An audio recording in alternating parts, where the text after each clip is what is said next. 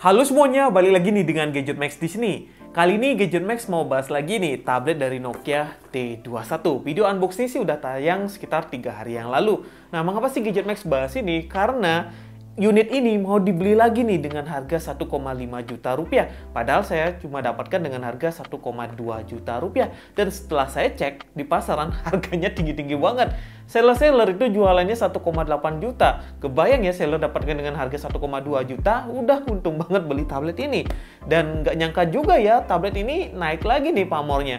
Dan kalau kalian pengen beli tablet ini, ada yang nyaranin nih dari netizen atau follower saya itu belinya di Era Jaya ya. Jadi kalau kalian pengen beli tablet ini, coba cari di Era Jaya deket rumah kalian. Siapa tahu stoknya masih ada. Emang tablet ini lagi cuci gudang banget nih. Nah, pas saya dapatkan sih murah ya, 1,2 juta aja. Dan karena harganya ada yang minta lebih tinggi ketimbang saya belinya, saya penasaran nih buat bahas lagi dan mau balesin komen-komenan kalian di video sebelumnya. Dan kita langsung aja ya bahas kelebihan dan kekurangan dari tablet Nokia T21 ini. Mestinya Nokia bisa ngasih harga segini ya. Dan mungkin kalau bisa ngasih dengan harga segini, tablet atau handphone dari Nokia bisa bertahan sampai saat ini. Karena beberapa video yang kita bahas produk Nokia yang harganya udah turun harga, itu hype-nya tinggi banget. Dan pembeliannya juga tinggi, sampai habis atau ludes di pasaran.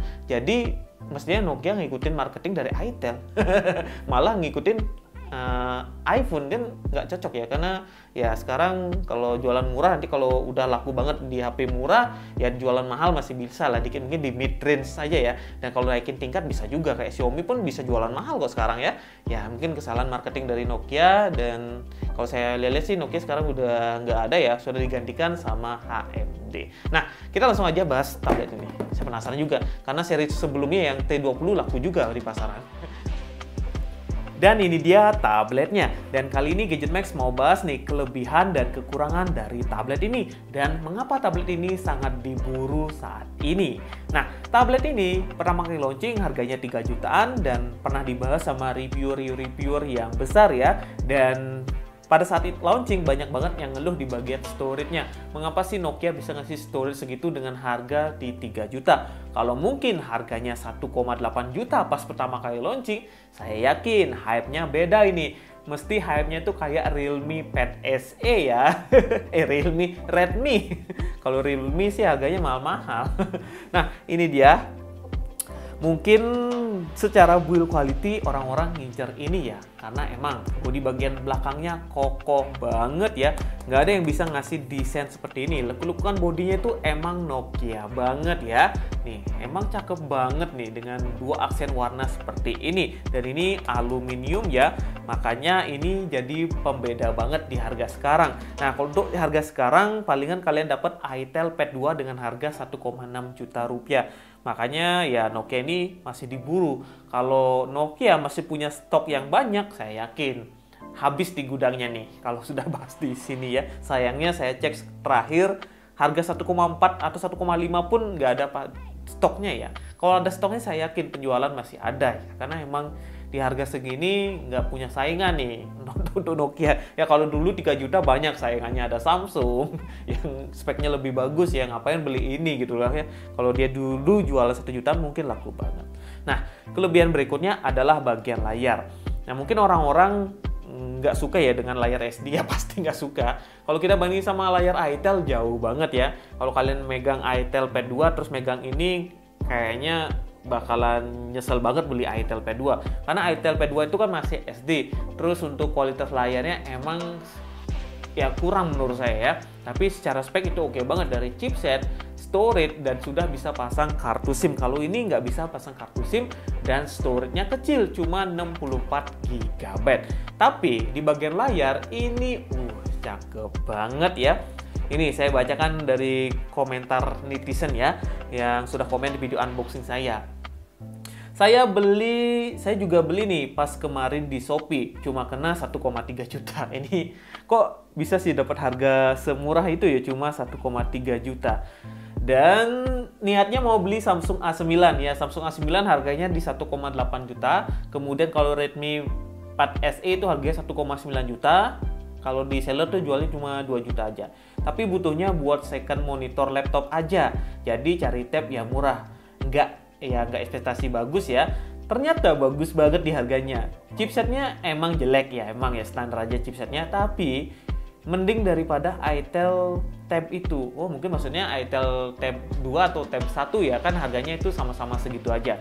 Kemudian layarnya ini sudah 2K Full HD Plus sih aslinya. Bening aslinya. Ya, bener ya. Ini emang bening banget. Dikasih anak kalian nih pasti seneng banget karena di mata saya pakai ini biasanya malam-malam tuh sebelum tidur saya coba pakai handphone ya. Kalau pakai handphone kan layarnya kecil kurang nyaman. Ya pakai nonton Netflix atau nonton YouTube tuh nggak enak. Kalau ini beneran bening loh, nih bisa dilihat. Ini enak deh kalian nonton podcast itu enak, apalagi nih sudah dual speaker, makanya banyak diburu nih. Dan lebih bagus dari Samsung. Oh ya, lebih bagus daripada Samsung ya berarti ya. Samsung Tab A9 yang masih SD. Malah lebih bagus dari Tab S6 Lite yang saya dulu saya yang dulu layarnya. Oh, mungkin dulu dia punya S6 Lite. Wow. Lebih keren pada Samsung ternyata ya. Karena saya belum pernah megang Samsung jujur ya. Kemarin kan cuma dibahas sama Ematech untuk ya Samsung A9. Mau saya beli cuma ini yang murah aja saya beli ini gitu loh. Mungkin Samsung ntar saya bahas ya. Terus untuk update security masih jalan. Kemudian Android-nya sampai 14 jadinya. Sekarang masih 13 ya. Saya cek sampai 13 ini ya. Udah ada teknologi Wacom Ice 2.0 buat stylus aktif. Nah, itu ya. Itu di channel luar ada yang pakai Lenovo Pen, deteksinya bisa aktif di tab ini. Overall puas pakainya sejauh ini. Wow, jadi bisa pakai stylus ya.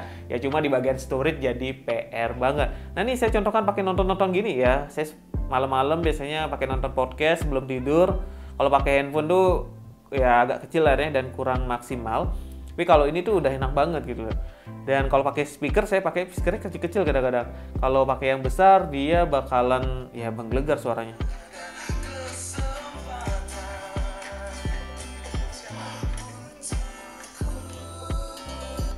Kayak gitulah ya, cakep lah pokoknya pakai nonton podcast ini puas banget dengan dual speaker, apalagi baterainya 8200 mAh yang bisa bertahan seharian. Ini stylusnya saya mau cari-cari juga ya, kayaknya nggak jadi saya jual ini ya. Terus kita bahas nih yang lain, kita lihat komen-komen yang lain lagi ya. Oke. Ini ada komen yang lain, gue udah beli nih waktu itu, dapat dengan harga 1,3 juta. Pas tadinya saya kira bakalan nge-lag, agak mandang rendah ya Unisoc ya. Orang-orang ya sebagian besar, karena Unisoc tuh identik dengan chipset yang rendah. Chipset HP kentang gitu ya. Padahal sekarang Unisoc sudah berubah-berubah ya. Tapi masih ada banyak masyarakat yang nganggap Unisoc itu adalah chipset yang jelek gitu ya. Masih ya. Kalau saya sih enggak sih ya, masih udah bagus ya. Ya ternyata serius melebihi ekspektasi saya. Gue untuk kualitasnya dan cukup puas ya. Dari prosesor ini, prosesor ini Unisoc Tiger T612 ini masih bisa kok dipakai di tahun 2024 ini. Ini ya sesuai komenan dari netizen ya, bukan saya yang komen. Dia sudah beli dan sudah coba. Karena kalau saya ngomong sendiri itu banyak yang nggak percaya. Tapi sesuai dengan komenan dan data ini menarik banget. Ini feel-nya tuh kayak Helio G85, cuma ini nggak panas ya. Helio G85 itu dipakai lama dikit itu panas. Kalau ini saya pakai main gaming masih enak gitu ya, masih nyaman. Nah skor Antutunya dapat di 245.000 ya, sama kayak skor Antutu di Helio G85. Jadi orang-orang yang sudah nyoba pasti nggak berekspektasi tinggi banget ya, iseng-iseng aja. Mungkin saya share linknya dapat 1,2 juta kan ya, udah beli aja dan ternyata enak kan dipakai.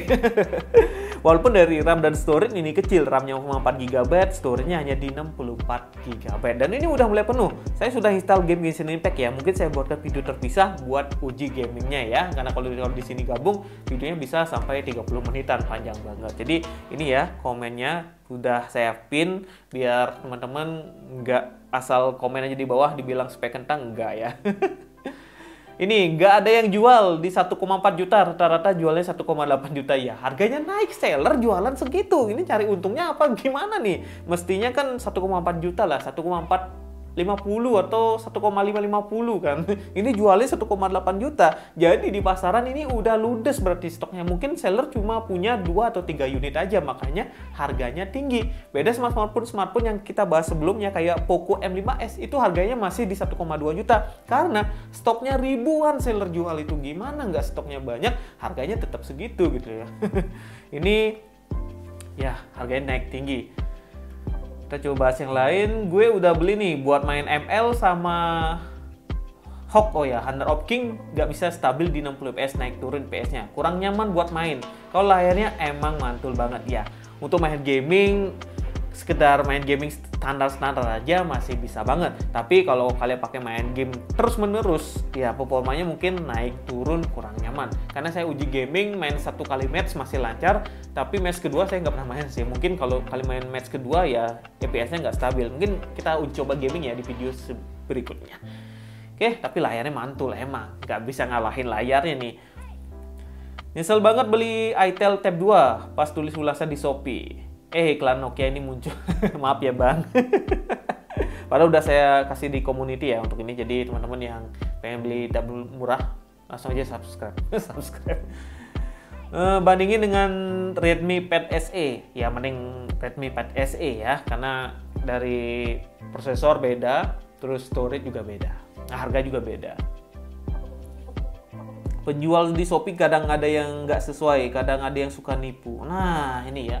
Nah teman-teman yang pengen beli tablet di Shopee, saya sarankan nih cari seller linknya yang sudah saya kasih, atau enggak teman-teman cari seller yang reviewnya udah bagus ya. Jangan cari seller yang abal-abal, nanti kalian kena tablet tipu-tipu ya. Tab halu bilangnya RAM-nya 8 GB, nyatanya RAM-nya hanya 2 GB, kan itu tab halu. Jadi sarankan teman-teman itu cek reviewnya, cari bintang paling rendah bintang 1 ya, nanti kalian bakalan lihat reviewnya yang jelek-jelek. Jangan bintang 5, itu biasanya reviewnya bagus-bagus. Dan kalau kalian beli handphone, tablet, atau elektronik yang lainnya di Shopee, buatkan video unboxingnya biar gampang klaimnya ya, atau terjadi kenapa-napa nih dalam unboxing kan biasanya tuh kalau elektroniknya rusak ya kalian bisa langsung balikan. Kalau tanpa ada video unboxing itu agak ribet dikit nih ya di pengurusan pembalian paketnya gitu biasanya. Kemudian Advan Tab PX Lite PS Nokia T21, pilih mana enggak? Ya Nokia menang di layar betul, software, stylus support, baterai 8200 mAh. Kemudian yang lain-lain. Ya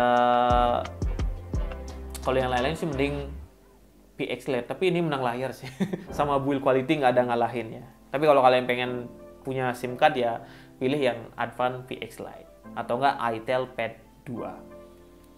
Ya gitu aja sih ya pembahasan Gadget Max. Oh ya, kekurangan dari tablet ini selain yang tadi saya sebutin, ini ada penggantian LCD. Nah, kalau kalian beli ini, saya sarankan beli case ya, sama beli temper glass. Walaupun ini sudah dilindungi layarnya, tapi ya mending beli temper glass biar aman.